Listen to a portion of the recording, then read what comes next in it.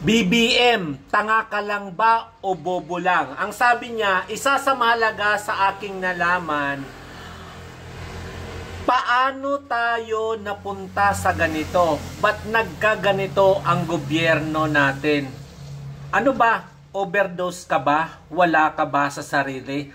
Ano ba ang dahilan kung bakit patong-patong ang naging kaso ng pamilya nyo? Di ba dahil sa korupsyon?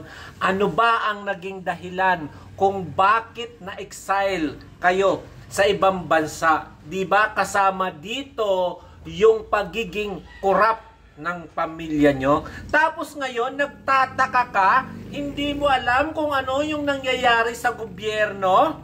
Hindi mo alam na may mga ganitong kalakaran? Inamana ito ng gobyerno ng tatay nyo, ng tatay mo.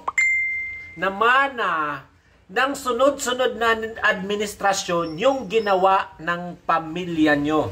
Tapos ngayon hindi mo alam, overdose ka ba? Tanga ka ba? Sa bagay, weak leader ika nga ang sabi ni Tatay Digong. So ano ang alam mo? 'Di ba? Mukha kang walang alam na mangmang. Matindi ang tama sa utak ng presidenteng ito. Waray laban pala. Follow for more.